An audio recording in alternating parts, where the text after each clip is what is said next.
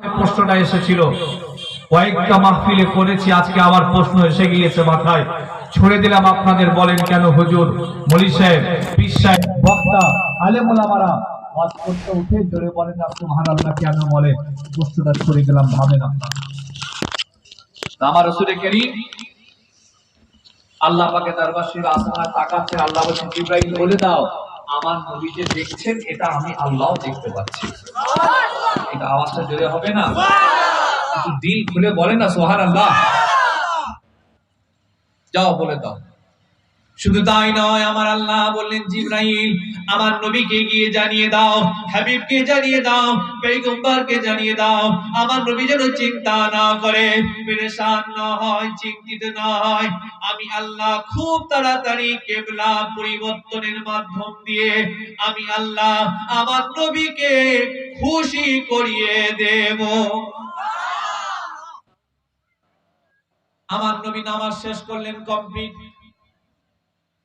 একদিন, দুদিন, 3 দিন, 4 দিন সময় পার হয়ে যাচ্ছে, আল্লাহ পাক কিবলা পরিবর্তনের হুকুম দিচ্ছেন না, আয়াত নাযিল করছেন না। আমার নবী চিন্তিত হয়ে গেলেন, আল্লাহ আপনি তো বললেন কিবলা পরিবর্তনের মাধ্যম দিয়ে খুশি করবেন, আল্লাহ কবে করবেন, কবে করবেন এটা তো আপনি বলেন নাই।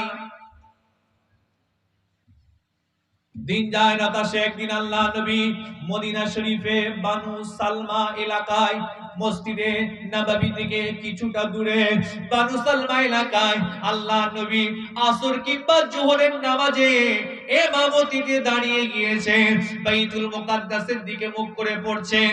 আল্লাহ নবী ইমাম, আমার নবীর পিছনে আবু বকর দাঁড়িয়ে, বেলাল দাঁড়িয়ে, ওসমান দাঁড়িয়ে, আলী দাঁড়িয়ে, সমস্ত সাহাবারা আমার নবীর পিছনে দাঁড়িয়ে, আল্লাহ নবী ইমাম, সাহাবারা মুক্তাদি, আল্লাহ নবী আসর কিংবা যোহরের নামাজ তিনি আদায় করছিলেন, পড়াচ্ছিলেন। 2 রাকাত পড়িয়ে নিয়েছেন, আর 2 রাকাত পড়বেন। আল্লাহ বলে জিবরাইল আমার রাসূলকে গিয়ে জানিয়ে দাও, হাবিবকে গিয়ে জানিয়ে দাও, আমি আল্লাহ এখন থেকে কিবলা পরিবর্তন করে দিলাম। আর নয়, আর নয়, বাইতুল মুকাদ্দাসকে নয়, খানায়ে কাবাকে কিবলাটা বানিয়ে দিলাম। আল্লাহু আকবার। আমার নবী 2 রাকাত নামাজ বাইতুল মুকাদ্দাস শরীফের দিকে পড়েছেন, আর নামাজেই ঘুরে গেছেন। বাকি 2 রাকাত নামাজ আল্লাহ পাকের কাবা শরীফের দিকে মুখ করে আদায় করেছিলেন। ধরেন আপনাদের মসজিদের ইমাম 2 রাকাত নামাজ পশ্চিম দিকে মুখ করে পড়েছেন, আর বাকি 2 রাকাত নামাজ পূর্ব দিকে মুখ করে পড়েছেন, ওই ইমাম সাহেবের চাকরি থাকবে না যাবে? এক কথা বলে না। ইমাম সাহেবকে মানবে কেউ? ঘাট ধরে বার করে দেবে। এমনি তো আমাদের সমাজে ইমাম সাহেবরা সব থেকে নির্যাতিত, সব থেকে নির্যাতিত ইমাম সাহেবরা। মসজিদ ঝাড় দেবে কে? ইমাম সাহেব। মসজিদে ময়লা কেন? ইমাম সাহেব তুমি। মসজিদে ঝাড় কেন? ইমাম মুয়াজ্জিনকে ঝাড়। মসজিদের আজান দিতে 1 মিনিট দেরি হলো কেন? ইমাম কথা ঠিক বলছি না ভুল বলছি গো? সব দোষ ইমাম মুয়াজ্জিনদের। আপনারা বলেন মসজিদ কার ঘর? সবাই মিলে বলেন আল্লাহ। আচ্ছা, আল্লাহর উপর রাগ আছে? এত শত মানুষ আমার সামনে বসে আছেন, একটু আওয়াজ করে বলা যাবে না মসজিদ কার ঘর? একটু বলা যাবে না কার ঘর? আর আপনি আমি বান্দা কার? আপনি আমি বান্দা কার? আল্লাহর বান্দা হিসাবে মাঝে মাঝে আল্লাহর ঘর ঝাড় দেবার, পরিষ্কার করার দরকার আছে না নয়? আছে না নয়? ইমাম সাহেব করবে? আমি আমার যুবকদের বলে যাচ্ছি, মুরব্বীদের বলে যাচ্ছি, মাঝে মাঝে আল্লাহর ঘর মসজিদটা ঝাড় দেবেন, পরিষ্কার করবেন, ঝাড়ু দেবেন, আর এই নিয়ত করে মনে মনে করবেন, আল্লাহ আমি আপনার ঘরটা পরিষ্কার করে দিচ্ছি, আল্লাহ আপনার ঘর আমি ক্লিন করে দিচ্ছি, আল্লাহ আপনি আমার জীবনের গুনাহগুলোকে পরিষ্কার করে দেন। এই নিয়ত করে ঝাড় দিবার দরকার আছে না না? ভাববেন না আমি ফুরফুরা শরীফের আমজেদ হুজুরের ছেলে শুধু আপনাদের মাইকে কথাটা বলছি, আমি কোনোদিন বলি নাই কথাটা, আজকে বলে দিলাম। আমি নিজেও আল্লাহর ঘর মাঝে মাঝে ঝাড় দিই। এই কথাটা কখনো বলি নাই, আমি নিজেও ঝাড় দিই। ফজরের সময়, জোহরের সময় যখন কাউকে দেখতে পাই না, ফাঁকা ফাঁকা, আমি নিজেও ঝাড় দিই। এই নিয়ত করে দিই, আল্লাহ আমি আপনার ঘরটা পরিষ্কার করছি, আপনি আমার জীবনের গুনাহগুলোকে পরিষ্কার করে দেবেন। গুনাহ মাফ করার মালিক কে? এই জোরে বলেন কে? কোন নেতা পীর সাহেব হুজুর মলি সাহেব গুনাহ মাফ করবে নাকি? মাফ করবেন কে? আল্লাহর ঘর মাঝে মাঝে সব দোষ ইমাম সাহেব। আমি গতকালকে যেখানে গিয়েছিলাম শুনলাম যে ওখানে নাকি মসজিদের ক্যাশ বাক্স থেকে 2 লাখ টাকা চুরি হয়ে গেছে। মসজিদের ক্যাশ বাক্সে কিছু কম বেশি 2 লক্ষ টাকা রাখা ছিল। সে ক্যাশ বাক্সের তালা ভেঙে হ্যান করে ত্যান করে কিছু কম 2 লাখ টাকা চুরি হয়ে গেছে।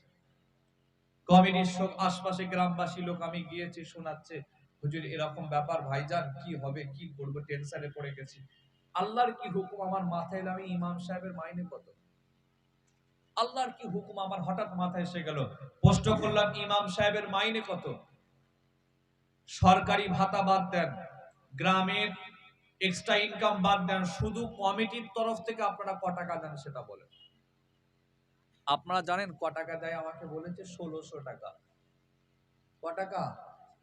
1600 টাকা। আমি চুরি হয়েছে ঠিক হয়েছে, 1600 টাকা ইমাম সাহেবকে দেবে আর 2 লাখ টাকা জমা করে রেখে দেবে, ঠিক আছে তোমাদের চুরি। যে আমাকে শোনাচ্ছে ওকে আমি বললাম শোনেন, 1600 টাকা নাই, আপনাকে আমি 16,000 টাকা দেবো, আপনি এক মাস সংসার চালিয়ে দেখান তো। অথচ ওই লোকটা কোটিপতি লোক, কোটিপতি লোক, আমি চিনি তো তাকে। আমি তাকে বললাম আপনাকে আমি 16,000 টাকা দেবো, এক মাস সংসার চালিয়ে দেখান। সে মাথা নিচু করছে, বলছে না ভাইজান পারবো না। একটা ইমাম সাহেবকে 1600 টাকা দেন কি করে আপনি? 40 বছর আছে লোকটা, কত বছর? বলছে ভাইজান 35 টাকা থেকে শুরু করেছি, আজকে 1600-তে ঠেকেছে। এই এক্সট্রা ইমাম ভাতা পাই আর গ্রাম থেকে কিছু আসে, ওই তুলে টালা আল্লাহ ঘরের দিকে তাকিয়ে তাকিয়ে চালাচ্ছে। লাইফটা তো শেষ হয়ে গেল 40 বছর, কিছু কম বেশি 70 বছর বয়স লোকটা। ক টাকা মাইনে? এই ইমাম সাহেবদের সমাজে কত ছোট হাবি জাবি করে আমরা নিজেরাও চোখে দেখতে পাই। ভাইরা আমার, ইমামদেরকে সম্মান দিন, ইমামদেরকে মহব্বত করুন, ইমামদের মাইনে একটু বাড়িয়ে দিন। কেন? তাদের তো সংসার আছে, বিবি বাল বাচ্চা আছে, তাদের স্ত্রী আছে, যারা কমিটির দায়িত্ব আছেন। আপনারা নিজেরা ভাবেন, ইমামের যে মাইনে আপনারা দেন, আপনি যদি সেই মাইনে পান, সংসার ঠিক মতো চালানো যাবে না যাবে না? এরকম ভাবনা দরকার আছে না? না, তবে সব কমিটি নয়, কিছু কিছু কমিটি খুব ভালো মাইনে দেয়, এটা আমি জানি, অনেক কমিটি দেয়। তাই যে কথা বলছিলাম, ইমাম সাহেব যদি এরকম 2 রাকাত নামাজ পশ্চিম দিকে, 2 রাকাত পূর্ব দিকে, ওই ইমাম বাদ ইমামের ঘাট ধরে বার করে দেবে। আল্লাহর নবী 2 রাকাত নামাজ বাইতুল মুকাদ্দাসের দিকে, 2 রাকাত নামাজ কাবা শরীফের দিকে মুখ করে সালাম ফিরিয়েছেন। আল্লাহর নবী ঘুরে গেছেন, সাহাবারাও ঘুরে গেছেন। হুজুর প্রশ্ন করেন সাহাবারা ঘুরলে কেন? আমি তো তোমাদের ঘোরার কথা বলি নাই, ঘুরলে কেন? সাহাবারা জবাব দেন, ইয়া রাসূলুল্লাহ, কেন ঘুরেছি জানি না, আপনি আমাদের ইমাম, আপনি ঘুরে গেছেন তাই আমরাও ঘুরে গেলাম। জোরে বলা যাবে না? আপনি ঘুরেছেন তাই আমরাও ঘুরে গেলাম। সাহাবায়ে কেরাম রাসূলুল্লাহ করিমকে এইভাবে মানতেন, হুজুরকে এইভাবে ফলো করতেন। কিন্তু দুঃখের বিষয়, আফসোসের বিষয়, এখানে যতজন বসে আছে আমরা নবীকে মহব্বতের কথা বলি, ভালোবাসার কথা বলি, প্রেমের কথা বলি, প্যারের কথা বলি, বাস্তব জীবনে আল্লাহর নবীর সুন্নাতের আমল আমরা করি না। এখানে যতজন বসে আছেন কারা কারা আমার নবীকে ভালোবাসেন? যদি বলি সবাই হাত তুলবে না? তুলবে না? একটু করে সাড়া দেন। যদি বলি কারা কারা আমার নবীকে ভালোবাসেন, সবাই তুলবে না? তুলবে না? মাতালও তুলে দেবে, সুদখোরও তুলে দেবে, ঘুষখোরও তুলে দেবে, গাঁজাখোরও তুলে দেবে, বিড়িখোরও তুলে দেবে। আর যদি বলি কারা কারা আমার নবীকে মহব্বত করে, আমার নবী জীবনী পড়েছেন, কারা কারা হাত তোলেন তো দেখি। তোলেন হাত, আল্লাহর নবী জীবনী পড়েছেন কারা কারা, আমি দেখতে চাই। এত মানুষের ভেতরে কারা কারা আল্লাহর নবী জীবনী পড়েছেন? নিজেরা দেখেন, মাত্র 2টো লোক হাত তুলেছেন আবার। আর কাদের ঘরে এরা আবার তাকিয়ে তাকিয়ে দেখছে, দেখেন দেখেন 2টো লোক মাত্র তুলেছে। আর যদি বলি কারা কারা মহব্বত করেন, হাত তুলতে দেখি। কারা কারা মহব্বত করেন তোলেন দেখি। সব তুলে দেবে, জানা আছে, সব তুলে দেবে। আর হুজুরের জীবনী পড়া বেলায় খবর নেই। কে পড়বে? নরেন্দ্র মোদী পড়বে? ও সত্যি পড়ে হয়তো, খবর নিয়ে দেখে। আমাদের ঘরের ছেলেরা পড়ে না হুজুরের জীবনী।